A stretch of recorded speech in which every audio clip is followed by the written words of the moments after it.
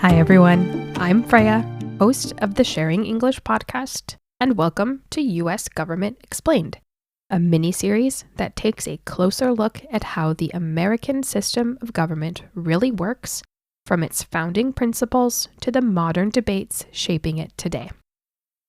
In our last episode, we talked about elections and voting, how Americans choose their leaders, how votes are counted, and how political power is transferred. Today, we're turning to something that shapes every part of that process, the media and its relationship with politics in the United States. To understand how American democracy functions in practice, it's not enough to know who votes or who holds office. We also need to understand how information about government actions reaches the public, and how that process has changed over time. When we talk about the media, we're referring to the systems that collect, produce, and share information with the public. This includes newspapers, radio, television news, online news organizations, and social media platforms. Some media outlets focus primarily on reporting facts. Others emphasize analysis or opinion, and many combine several approaches. In a democratic system, the media plays several essential roles. It informs the public about what the government is doing, investigates people and institutions in power, and provides a space for public discussion and debate. At its most basic level, democracy depends on people having access to information about how they are governed. In the United States, the media is often described as the fourth estate. We've already talked about the three branches of the U.S. government: the executive, the legislative, and the judicial. So here we can think of the media as the fourth branch. This does not mean it's an official branch of government. Instead, it reflects the idea that a free press acts as an informal check on political power. This role is closely connected to the U.S. Constitution. The First Amendment protects freedom of speech and freedom of the press, limiting the government's ability to control what journalists publish. The logic behind this protection is simple. When the government holds power, the public needs independent sources of information to evaluate how that power is used. A free press supports transparency, accountability, and public trust. For much of the 20th century, professional journalism in the United States followed widely accepted standards. These included careful fact-checking, the use of multiple sources, a clear separation between news reporting and opinion, and public corrections when mistakes were made.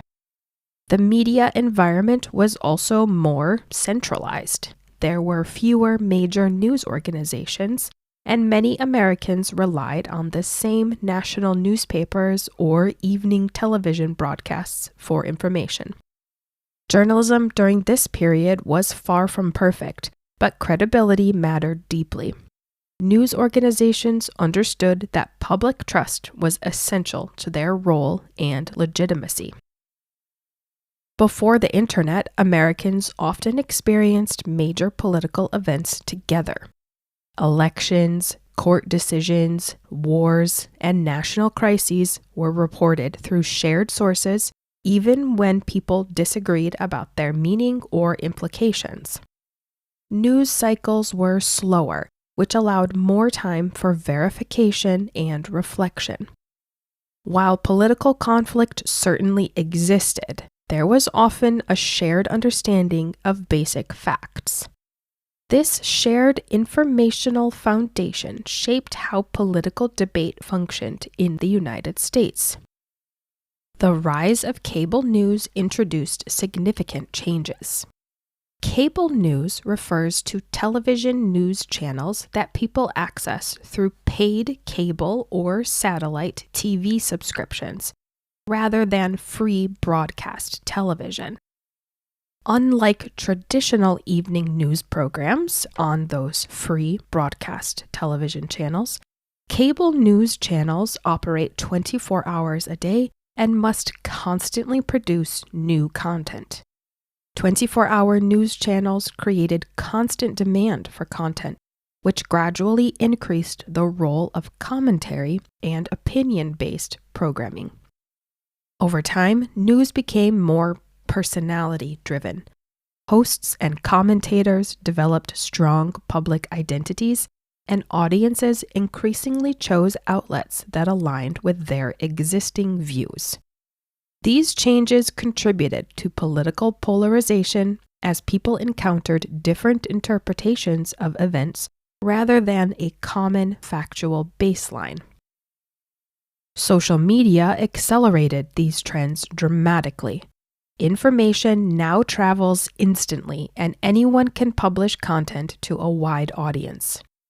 Algorithms often reward content that generates strong emotional reactions, such as anger or fear, rather than accuracy. As a result, misleading or false information can spread faster than corrections. The boundaries between news, opinion, activism, and entertainment have become increasingly blurred. Politicians also use social media to communicate directly with supporters, bypassing traditional journalistic filters. In the past year in the U.S., changes in how the current administration interacts with the media have raised important structural questions, regardless of political affiliation. These changes include reduced access to officials, limits on press briefings, selective engagement with certain outlets, and public challenges to the legitimacy of established news organizations. From an institutional perspective, the concern is not criticism. Governments have always criticized the press. The concern is how these changes affect the flow of information to the public. When journalists have less access to officials, when questions go unanswered, or when reporting relies more heavily on official statements rather than independent verification, the public receives less detailed and less balanced information about government actions. In a democratic system, the quality and openness of information matters as much as the freedom to publish it. At the same time, trust in both government institutions and media organizations has declined. Economic pressure on news organizations has reduced long-term investigative reporting, while misinformation and disinformation have become more widespread. Many people now live in separate information environments, consuming entirely different narratives about politics and government. This fragmentation weakens shared understanding and increases conflict, even when individuals believe they are acting on reliable information. Bias exists in media, but not all reporting is propaganda, and not all opinion is false.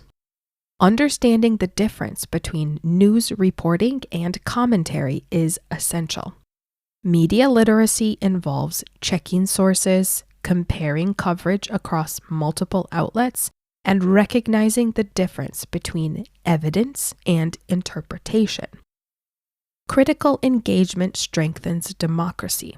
Cynicism, the belief that all information is meaningless, does not. Despite these challenges, the media continues to shape American politics in important ways. It influences elections, frames public debates, and sometimes exposes wrongdoing that leads to accountability. At the same time, media does not control government. It shapes visibility and public pressure. But policy outcomes are influenced by many actors beyond journalists and voters. Understanding the media's role helps explain why political outcomes often differ from public expectations. A healthy democracy depends on two things working together: a free press and an informed public. When information flows openly and responsibly, people are better equipped to participate meaningfully in civic life and to evaluate those in power. As you listen to political news in the United States or elsewhere, it's worth asking, who is providing this information? How was it gathered? And what might be missing? Next time, we'll look at another powerful force that shapes government decisions between elections, interest groups, and lobbying, and how organized advocacy influences American politics behind the scenes. Now, I'd like to leave you with a question. How does the media work in your country? Do people trust the news? And where do most people get their political information today? Thank you for joining me on this episode of U.S. Government Explained. You can find transcript sources and more at www.sharing-english.com/podcast.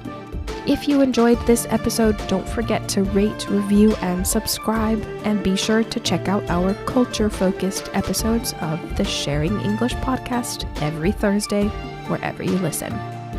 Bye!